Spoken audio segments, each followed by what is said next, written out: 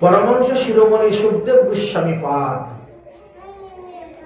ব্রহ্মার দ্বারা সৃষ্টি রহস্য কথা খুব সুন্দরভাবে বর্ণন করে গিয়েছেন। ভাগবতের ৩য় স্কন্ধের ১২শ অধ্যায়তে আছে। ব্রহ্মা জগৎ সৃষ্টি করতে গিয়ে সর্বপ্রথমে তিনার অজ্ঞানের দ্বারা ৫টি সৃষ্টি হয়ে গেছে। ব্রহ্মার পর্যন্ত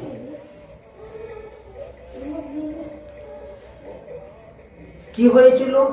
তম, মোহ, মহামোহ, তামশ্রী আর অন্ধ তামশ্রী, এই ৫টি ভাবে সৃষ্টি হয়েছিল। তম বলতে অর্থাৎ অবিদ্যা ভাবে সৃষ্টি, মোহ বলতে অস্মিতা ভাবে সৃষ্টি, স্মৃতিশক্তি শূন্য সৃষ্টি, মহামোহ মানে রাগ ক্রোধাদি সৃষ্টি, তামশ্রী অর্থাৎ দ্বেষ ভাবে সৃষ্টি, আর অন্ধ তামশ্রী মানে অবিনিবেশ সৃষ্টিকার্য। এই ৫ ভাবে সৃষ্টিকার্য করে যখন দেখলেন যে সৃষ্টিকার্য ভালো হচ্ছে না, ব্রহ্মা তখন শ্রীকৃষ্ণের ধ্যান করতে লাগলেন। শ্রীকৃষ্ণের ধ্যান করে ব্রহ্মা যখন আবার সৃষ্টিকার্য আরম্ভ করলেন, এইবার সনন্দ, সনাতন, সনৎ কুমার এই ৪ জনকে তিনি মন থেকে সৃষ্টি করলেন। ইহারা হলেন নিষ্কাম জিতেন্দ্রীয় মুনি। তাদের দ্বারা প্রজা সৃষ্টি হবে না বলে ব্রহ্মার একটু রাগ হলো। কারণ এই ৪ পুত্রকে যখন বলছিলেন যাও পুত্রগণ তোমরা বিবাহ করো, সৃষ্টি কার্য আরম্ভ করো, তারা বলল ক্ষমা করুন পিতাজি, আমরা বিবাহ করব না, সংসার ধর্মে প্রবেশ করব না, আমরা সারা জীবন হরিভজন করব। ব্রহ্মা দেখলেন যে এদের দ্বারা সৃষ্টি কার্য হবে না, তাই একটু ক্রোধ হলো। ব্রহ্মার তখন ক্রোধে কি হলো, ভূযুগলগুলো কম্পয়মান হতে শুরু হলো, কাঁপতে শুরু হলো, চক্ষু দুটি লাল হয়ে গেল, লোহিত বর্ণ। তখন এই কপাল থেকে একটি পুত্র করে জন্মগ্রহণ করে পড়ল, করে সে কান্না শুরু করে দিল। ব্রহ্মা বলেন রুদত ইতি রুদ্র, তুমি জন্মগ্রহণ করে কান্না করতেছ, হে পুত্র তোমার নাম আমি রাখলাম রুদ্র। তোমার আরেকটি নাম রাখলাম ভব, কারণ তুমি স্বয়ং আবির্ভাব হয়ে গেছ, আমার কপাল থেকে আবির্ভাব হয়েছ। রুদ্রদেবকে বললেন যাও তুমি তপস্যা করার জন্য যাও। রুদ্রদেব তপস্যার জন্য গেলেন। ব্রহ্মা আরো 10টি বস্তু সৃষ্টি কার্য করতে আরম্ভ করলেন। হৃদয় থেকে সৃষ্টি কার্য, ইন্দ্রিয় থেকে সৃষ্টি কার্য, প্রাণ থেকে সৃষ্টি কার্য, আকাশ থেকে সৃষ্টি কার্য, বায়ু থেকে, অগ্নি থেকে, জল থেকে, পৃথিবী থেকে, সূর্য থেকে, চন্দ্র থেকে আরম্ভ হয়ে সৃষ্টিকার্য। সৃষ্টিকার্য বৃদ্ধি হচ্ছে না। রুদ্রদেবকে বললেন এবার তোমার তপস্যা করতে হবে না বাবা, তুমি সৃষ্টিকার্য করো। রুদ্রদেব বলছেন আমি কিভাবে সৃষ্টিকার্য করব? ব্রহ্মা বললেন আমি তোমার জন্য রুদ্রাণী দিব 11 জন। 11 জন রুদ্রাণী, ধৃ, ধৃতি, উষমা, উমা, নিরদ, সর্পি, ইলা, অম্বিকা, ইরাবতী, সুধা, দীক্ষা। রুদ্রদেব তখন বললেন 11 জন, এই 11 জনকে নিয়ে সৃষ্টিকার্য আরম্ভ করে। রুদ্রদেব তখন নিজের শরীরকে 11 ভাগে বিভক্ত করলেন। 11 জন রুদ্রদেব হয়ে 11 জন রুদ্রাণীকে বিবাহ করলেন। এরপরে তিনি সৃষ্টিকার্য আরম্ভ করলেন। এই 11 জন রুদ্রের নাম কি ছিল? মন্য, মনু, মহিমান, মহান, শিব, ঋতুধ্বজ, উগ্ররেতা, ভব, কাল, বামদেব, ধৃতব্রতা। তারপর রুদ্রদেব সৃষ্টিকার্য আরম্ভ করলেন, কিন্তু সেই সৃষ্টিকার্য ভালো হয় নাই। ব্রহ্মা তখন বলেন বন্ধ করো, বন্ধ করো, তোমার এই সৃষ্টিকার্য বন্ধ করো, ভালো হচ্ছে না, যাও। আবার তপস্যা করে বসে, তপস্যা করে সৃষ্টিকার্য আরম্ভ করে। ব্রহ্মা আবার সংকল্প নিয়ে বসলেন, তাহলে আমি সৃষ্টিকার্য করি, এদের দ্বারা হবে না। ব্রহ্মা এবার সৃষ্টিকার্য করতে বসেছেন, তখন ব্রহ্মার কণ্ঠ হইতে নারদ জন্ম নিয়ে নিয়েছেন, অঙ্গুষ্ঠ হইতে দক্ষ জন্ম নিয়ে নিয়েছেন, প্রাণ হইতে বৈশিষ্ট্য মুনি জন্ম নিয়েছেন। ব্রহ্মার সৃষ্টিকার্য আরম্ভ হয়েছে। ব্রহ্মার ত্বক হইতে ভৃগু ঋষি জন্ম নিয়েছেন, ব্রহ্মার হাত হইতে ক্রুত ঋষি জন্ম নিয়েছেন, ব্রহ্মার নাভি হইতে পুলস্ত ঋষি জন্ম নিয়েছেন, ব্রহ্মার কর্ণ হইতে পুলহ মুনি জন্ম নিয়েছেন, ব্রহ্মার মুখ হইতে অঙ্গিরা ঋষি জন্ম নিয়েছেন, ব্রহ্মার চক্ষু হইতে অত্রি মুনি জন্ম নিয়েছেন, ব্রহ্মার মন হইতে মরীচি ঋষি জন্ম নিয়েছেন, ব্রহ্মার দক্ষিণ স্তন হইতে ধর্ম জন্ম নিয়েছেন, ব্রহ্মার বাম স্তন হইতে মূর্তিদেব জন্ম নিয়েছেন, ব্রহ্মার পৃষ্ঠদেশ হইতে অধর্ম জন্ম নিয়েছেন, ব্রহ্মার হৃদয় হইতে কামদেব জন্ম নিয়েছেন, ব্রহ্মার ভূযুগল হইতে ক্রুধ জন্ম নিয়েছেন, ব্রহ্মার অদর হইতে লূপ জন্ম নিয়েছেন, ব্রহ্মার মুখ হইতে সরস্বতী দেবী জন্ম নিয়েছেন, ব্রহ্মার মেট্র লিঙ্গস্থান হইতে সমুদ্রগণ জন্ম নিয়েছেন, ব্রহ্মার গুজ্জস্থান হইতে পাপমতি পিচাসী নৈরিত রাক্ষসীগণ জন্মগ্রহণ নিয়েছেন, ব্রহ্মার ছায়া হইতে কর্দম ঋষি জন্মগ্রহণ করেছেন, ব্রহ্মার পূর্ব দিকের মুখ থেকে ঋগ্বেদ জন্ম হয়েছে, ব্রহ্মার দক্ষিণ দিকের মুখ থেকে যজুর্বেদ জন্ম হয়েছে, ব্রহ্মার পশ্চিম দিকের মুখ থেকে সামবেদের জন্ম হয়েছে, আর ব্রহ্মার উত্তর দিকের মুখ থেকে অথর্ববেদ জন্ম নিয়েছে। ব্রহ্মা সেই সমস্ত শাস্ত্রেতে তারপরে তিনি শাস্ত্র নামে একটি গ্রন্থ রচনা করলেন, যার মধ্যে যজ্ঞ আচার অনুষ্ঠান হুতা কথা আলোচনা করলেন। তারপরে ইজ্জা জন্মগ্রহণ করলেন। ব্রহ্মা সৃষ্টি কার্য করে দেখলেন, এবার অগ্নিদেবকে তিনি সৃষ্টি করলেন। অগ্নির মাধ্যমে যজ্ঞ করা হবে, হুতা করা হবে। আমাদের প্রত্যেকটা ইন্দ্রিয়ের এক একজন অধিষ্ঠাত্রী দেবতা তারপরে সৃষ্টি করলেন। যজ্ঞ করার জন্য যে সমস্ত দ্রব্যের প্রয়োজন সেই সমস্ত দ্রব্য সৃষ্টি করলেন। যজ্ঞ কুণ্ড, যজ্ঞ মন্ত্র, এইভাবে ব্রহ্মা সৃষ্টি কার্য করতে করতে 28 প্রকার সৃষ্টি কার্য করলেন। তারপরে ব্রহ্মা মানুষের পাপাদি কর্ম থেকে মুক্তি লাভের জন্য পাশ্চাত্য বিধি অনুসারে ব্রহ্মকর্ম সৃষ্টি করলেন। ব্রহ্মার পূর্ব দিকের মুখ থেকে আয়ুর্বেদ চিকিৎসা বিদ্যা সৃষ্টি করলেন। ব্রহ্মার দক্ষিণ দিকের মুখ থেকে ধনুর্বিদ্যা শাস্ত্রবিদ্যা সৃষ্টি করলেন। ব্রহ্মার পশ্চিম দিকের মুখ থেকে গন্ধর্ব বিদ্যা অর্থাৎ সঙ্গীত বিদ্যা সৃষ্টি করলেন। আর ব্রহ্মার উত্তর দিকের মুখ থেকে শিল্পকলা বিদ্যা স্থাপন বিদ্যা সৃষ্টি করলেন। এই 4টি উপবেদ রূপে সৃষ্টি করলেন ব্রহ্মার মুখ হইতে। ব্রহ্মা পঞ্চম বেদ সৃষ্টি করার জন্য তখন পুরাণ এবং ইতিহাস সৃষ্টি করা আরম্ভ করলেন। ব্রহ্মার পূর্ব দিকের মুখ হইতে ষোড়শ উদিক সৃষ্টি হল, নামক যজ্ঞ পদ সৃষ্টি হয়েছিল। ব্রহ্মার দক্ষিণ দিকের মুখ থেকে অগ্নিশ্চয় নামক অগ্নিষ্টম যজ্ঞ সৃষ্টি হয়েছিল। ব্রহ্মার পশ্চিম দিকের মুখ হইতে অতিরাত্র নামক যাগ সৃষ্টি হয়েছিল। ব্রহ্মার উত্তর দিকের মুখ হইতে বাজপেয় নামক যজ্ঞ সৃষ্টি হয়েছিল। ব্রহ্মা তারপরে বিদ্যা, দান, তপ, সত্য, চতুষ্পদ ধর্ম সৃষ্টি করলেন। ধর্মের 4টি পদ সৃষ্টি করলেন। তারপরে ব্রহ্মা 4 আশ্রম সৃষ্টি করলেন: ব্রহ্মচর্য, গৃহস্থ, বানপ্রস্থ, সন্ন্যাস। ব্রহ্মচর্য ব্রত চারণের জন্য সাবিত্রী মন্ত্রে দীক্ষা, উপনয়ন ইত্যাদি সৃষ্টি করলেন। 3 দিন ব্রহ্মচর্য পালন করে তাদেরকে উপনয়নের মন্ত্র দীক্ষিত হয় ইত্যাদি সৃষ্টি করলেন। তারপরে প্রজাপত্য ব্রত, ব্রাহ্মব্রত, বেদ অধ্যয়ন, বৃত্তা, বার্তা, সঞ্চা, শালিনী, সঞ্চাবৃত্তি, এইভাবে একের পর এক আরো অনেক কিছু কর্মকাণ্ডাদি কার্য সৃষ্টি করেছিলেন।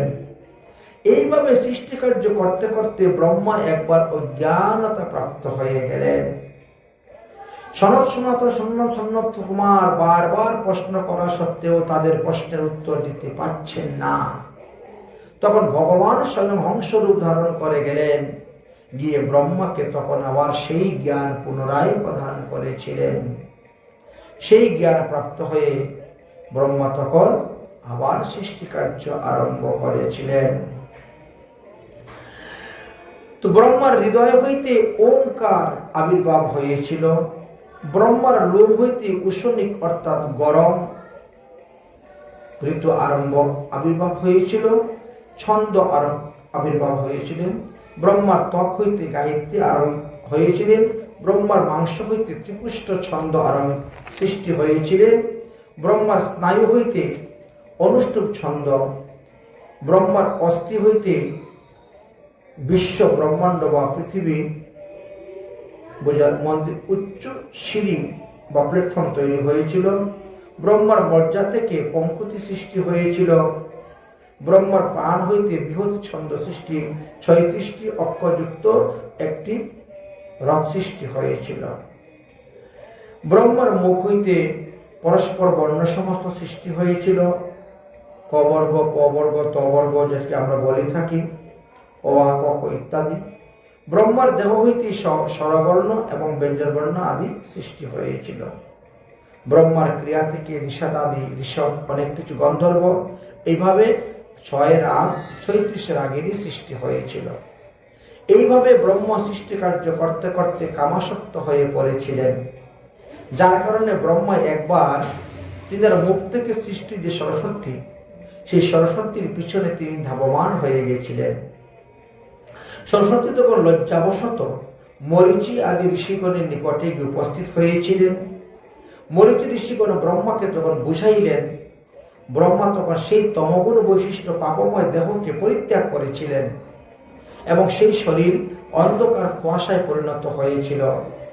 তারপর এটি নিত্য প্রলয় হয়েছিল। তারপর ব্রহ্মা দ্বিতীয়বার শরীর ধারণ করলেন এবং বিশ্ব সংসার সৃষ্টি কার্যকতা আরম্ভ করলেন। তখন তিনি 10 প্রকারের সৃষ্টিকার্য আবার আরম্ভ করলেন। প্রথম সৃষ্টিতে মহতত্ত্ব অর্থাৎ ভগবানের প্রেরণায় সত, রজ, তম এই 3 গুণের দ্বারা অহংকার আদি বহু কিছু সৃষ্টি করেছিলেন। দ্বিতীয় সৃষ্টিতে অহংকার থেকে যে সমস্ত বস্তু সৃষ্টি হয় সেই সমস্ত বস্তুকে তিনি সৃষ্টি করেছিলেন। তৃতীয়বার সৃষ্টিতে ভূত ও স্বর্গ সৃষ্টি করেছিলেন। চতুর্বার সৃষ্টিকার্যে ইন্দ্রিয় এবং ইন্দ্রিয়ের ক্রিয়া অধিষ্ঠাত্রী দেবতাকে সৃষ্টি করেছিলেন। পঞ্চম সৃষ্টিকার্যেতে তিনি মন এবং জ্ঞানের অধিষ্ঠাত্রী দেবতাকে সৃষ্টি করেছিলেন। ষষ্ঠ সৃষ্টিকার্যেতে তিনি পঞ্চবৃত্তির স্বরূপ অবিদ্যা আদি সৃষ্টি করেছিলেন। সপ্তম সৃষ্টিকার্যেতে ব্রহ্মা 6 প্রকার স্থাবর জঙ্গম সৃষ্টি করেছিলেন, বনস্পতি, ঔষধি, লতা, তক্ক, বিরূপাদি আদি। তারপরে অষ্টম সৃষ্টিকার্য যখন করলেন তখন তির্যকজনী পক্ষীগণকে সৃষ্টি করলেন।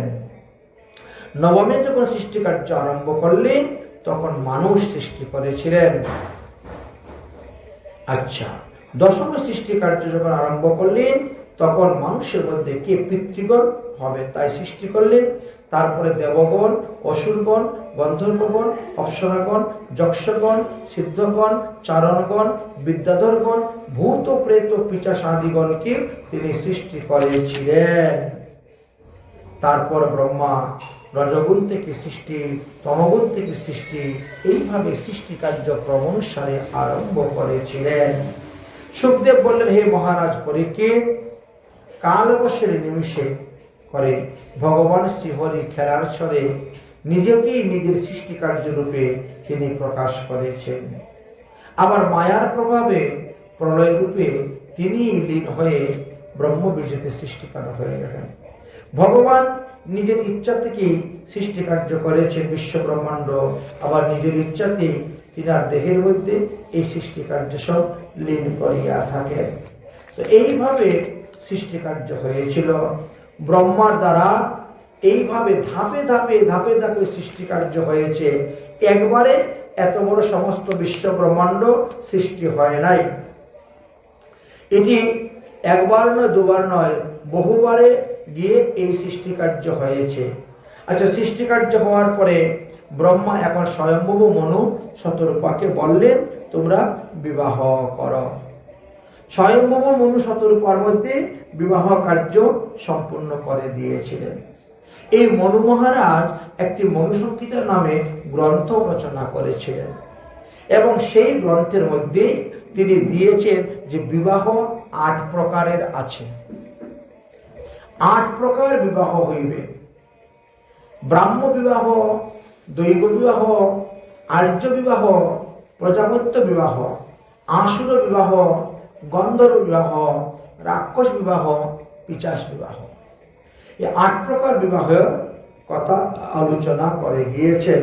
তার মধ্যে প্রথম 4 প্রকার বিবাহ যাদের হয় তারাই তাদের বংশ উদ্ধার করতে পারে বা পিতৃকুল মাতৃকুল শ্বশুরকে উদ্ধার করতে পারে।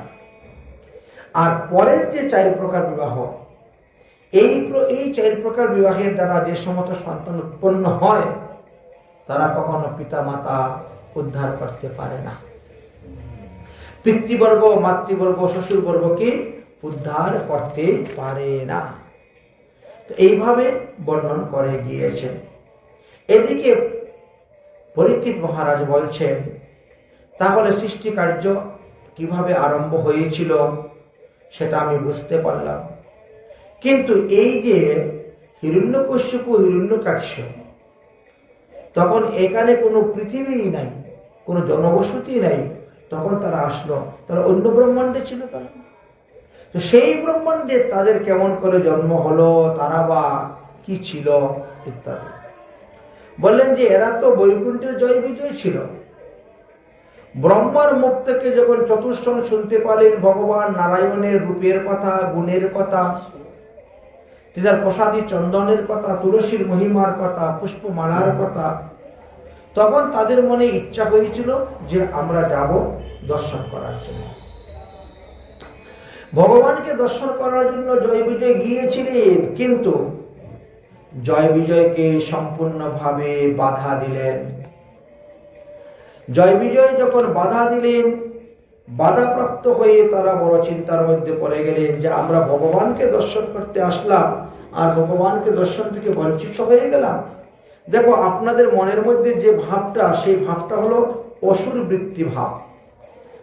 অসুরদের মনের মধ্যে এই বাসনা থাকে যে এই ব্যক্তি ভগবানের কাছে যেতে পারবে, ওই ব্যক্তি ভগবানের কাছে যেতে পারবে না। এই জন্য অভিসম্পাদ দিলেন যে যাও তোমরা অসুর যোনি প্রাপ্ত হও। যদিও জয় বিজয় পরবর্তী সময়ে চরণের মধ্যে পরে আকুতি বিনতি করেছিলেন, তখন তারা সন্তুষ্ট হয়ে বললেন যদি মিত্রভাবে যাও তাহলে তোমাদেরকে 7 জন্ম লাগবে উদ্ধার হইতে, আর যদি শত্রুভাবে যাও তাহলে 3 জন্মে তোমরা উদ্ধার হয়ে যাবে।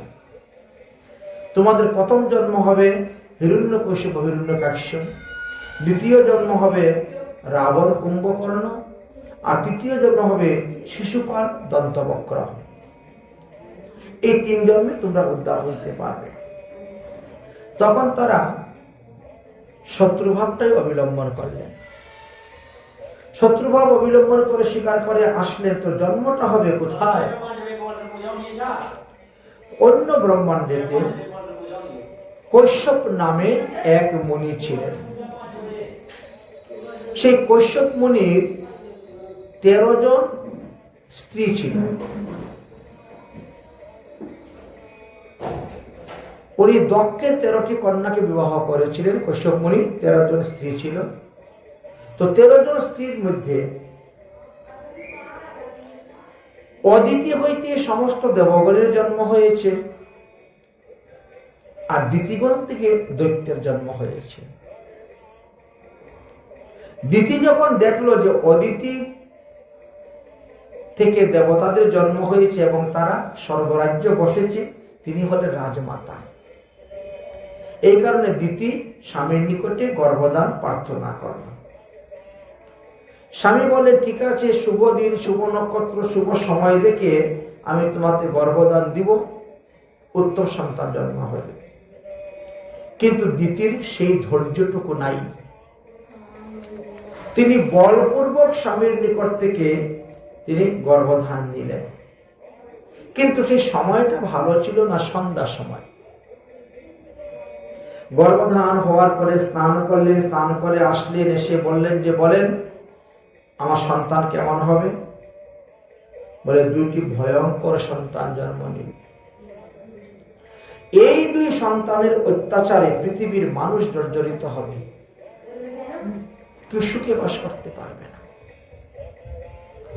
দ্বিতীয় তখন বললেন তাহলে আমি গর্ভপাত করে ফেলি, যে সন্তান কুপুত্র জন্ম নিবে সে দুঃখ দিবে, মানুষে তো আমাকে গালি দিবে।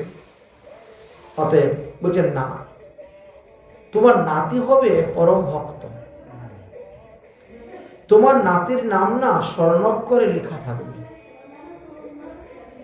অতএব তুমি এই গর্ভকে পাত করিও না, গর্ভ নষ্ট করিও না। যাই হোক, 100 বছর পর্যন্ত তিনি গর্ভকে ধারণ করে রেখেছিলেন। কারণ এই সন্তান ভূমিষ্ঠ হলে পরে সাধুদেরকে দুঃখ দিবে, মুনি ঋষিদেরকে দুঃখ দিবে, দেবতাদেরকে দুঃখ দিবে, আর শেষে কি হবে? ভগবান বিষ্ণু এসে আমার ছেলেকে মেরে ফেলে দিবে, তার থেকে থাক বাবা। 100 বছর পর্যন্ত তিনি গর্ভধারণ করে রেখেছিলেন। তিনার গর্ভর তেজে আকাশে স্বর্গতেও দেবতা বলে থাকতে পারতেন না, এতটুকুই প্রভাব। শেষে তিনি সন্তান প্রসব করলেন। সেই 2 সন্তানের নাম হিরণ্যকশিপু এবং হিরণ্যকাক্ষ ছিল। তো হিরণ্যকাক্ষ বিবাহ করেছিলেন, তিনার স্ত্রীর নাম ছিল রুষভানু। হিরণ্যকাক্ষের 9টি পুত্র সন্তান ছিল: শকুনি, সম্বর, ধৃষ্ট, ভ্রূত, সুসন্তক, বৃক্ক, কালনাভ, মহান, মহিমান, হিরণ্য অস্নুত, উৎকচ। আর হিরণ্যকশিপু বিবাহ করেছিলেন, তিনার নাম ছিল কায়ুধ। আর তিনার হলো 4 পুত্র: লাদ, অনুলাদ, সংলাদ, প্রহ্লাদ।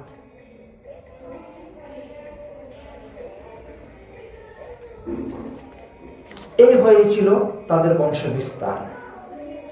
কিন্তু নিজের কর্মদোষের কারণে হিরণ্যকাক্ষ তিনি বরাহ ভগবানের হাতে মারা গিয়েছিলেন। তো হিরণ্যকাক্ষ মারা যাওয়ার পর হিরণ্যকশিপু তিনি চলে গিয়েছিলেন তপস্যা করার জন্য, যে আমি তপস্যা সিদ্ধি লাভ করে ফিরে আসব, তারপরে ভাতৃহত্যার প্রতিশোধ নিব, যে বিষ্ণু আমার ভাইকে মেরেছে তাকে আমি বধ করব, ইত্যাদি ইত্যাদি। কারণ তারা তো এসেছেই শত্রুভাবে, ভগবানের শত্রুভাবে তারা এসেছে, শত্রুভাবে না হলে তারা উদ্ধার হবে না, তাই তারা শত্রুভাবে এসেছে। কিন্তু আমাদের এখানে শিক্ষার বিষয় কি হলো? আমাদের শিক্ষার বিষয় হলো সাধুগুরু বৈষ্ণব হলেন আদরের বস্তু, আর তাদেরকে যারা অনাদর করেছে তাদেরই পতন হয়েছে। সে স্বর্গে হোক, বৈকুণ্ঠে হোক, কৈলাসে হোক, গোলক ধামে হোক, যেখান থেকে সাধুগুরু বৈষ্ণবের প্রতি অনাদর দেখা যাচ্ছে সেখান থেকে তাদের পতন হয়েছে এবং তারা পৃথিবীতে এসে জন্মগ্রহণ করেছেন। আমরা এখান থেকে এটি শিখতে পেলাম, যেহেতু আমরা পৃথিবীর মানুষ, সুতরাং আমরা যদি এইভাবে পাপকর্ম আদি করি তাহলে আমাদেরকে রসাতলে গিয়ে বা অন্যান্য স্থানে আমাদের জন্ম হইবে। কারণ পাপের ফলে আমাদের নিম্নগতি হয় বা আমরা নিম্নগামী হয়ে থাকি, ঊর্ধ্বগামী হওয়ার উপস্থিত নেই।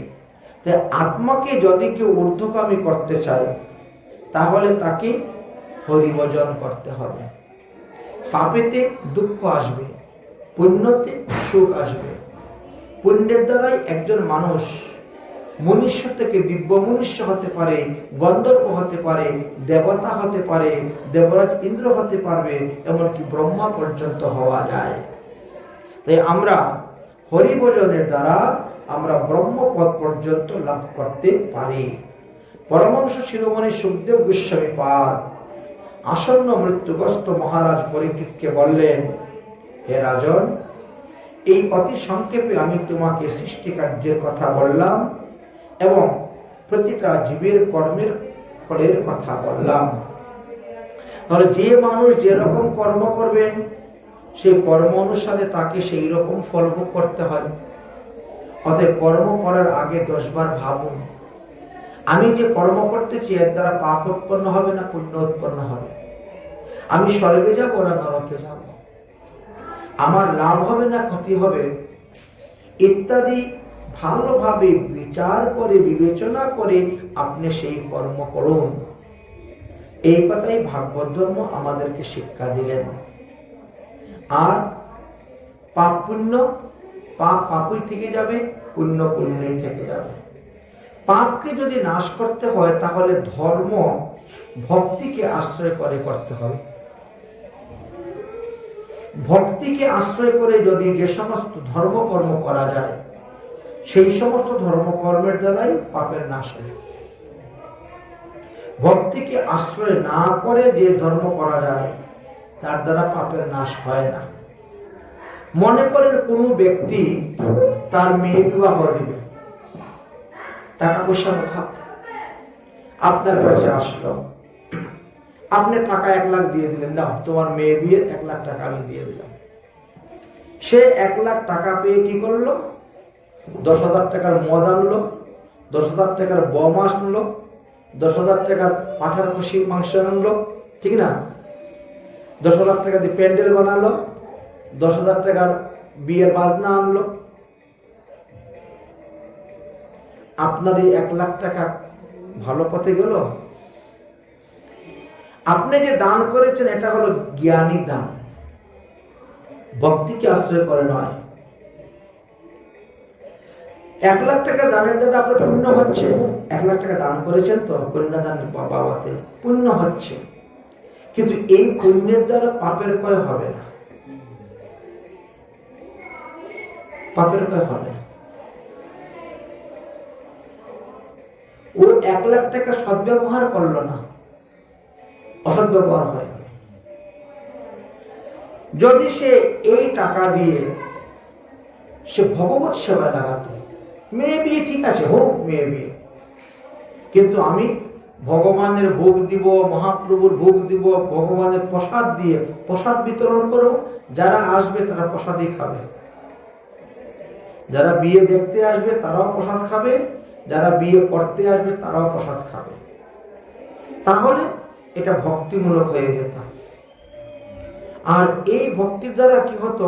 পাপের নাশ হইত। এই জন্য মহাজনগণ বলছেন আপনি যে দান করবেন, দান করার আগে বিচার করে দেখুন আমি যেখানে দান করতেছি দানটা সৎ পথে দান হচ্ছে না পথে দান হচ্ছে। দাতব্যইতি ইয়ৎ দানং দীয়তে অনুপকারিণী দেশে কালী চ পাত্রে চ তদ্দানং সাত্ত্বিক স্মৃতম। সাত্ত্বিকভাবে দান করার কথা বলছেন। রাজস্বিক দান এবং তামসিক দানের দ্বারা কখনো পাপের নাশ হয় না, পাপ পাপই থেকে যায় এবং পাপের ফল আমাদেরকে ভোগ করতে হয়। এই জন্য মহাজনগণ আমাদেরকে সাবধান করে দিয়েছেন। এই ভাগবত ধর্মের দ্বারা আমরা এটাই জানতে পারলাম যে আমরা যদি সমূলে পাপকে নাশ করতে চাই তাহলে আমাদেরকে হরিভজন করতে হবে, ভাগবত ধর্ম যজন যাজন করে চলতে হবে। ভাগবত ধর্ম যজন এবং যাজনের দ্বারাই পাপের নাশ হবে। আর পরীক্ষিত মহারাজও সমস্ত পাপ থেকে মুক্ত হয়ে হরিধামে গমন করতে পেরেছিলেন। মাহাত্ম্যতে কালকে যেমন আমরা শুনতে পেয়েছি, ঠিক তেমনি ভাবে আজকে প্রথম দিবসের পাঠে আমরা শুনতে পাচ্ছি। তাই আজকের মতো ভাগবতী কথা আমরা এখানেই বিশ্রাম দিচ্ছি। মহাপ্রভুর কৃপা হলে আগামী করল পরবর্তী বিষয় নিয়ে আমরা আস্বাদন করব। রাধে রাধে।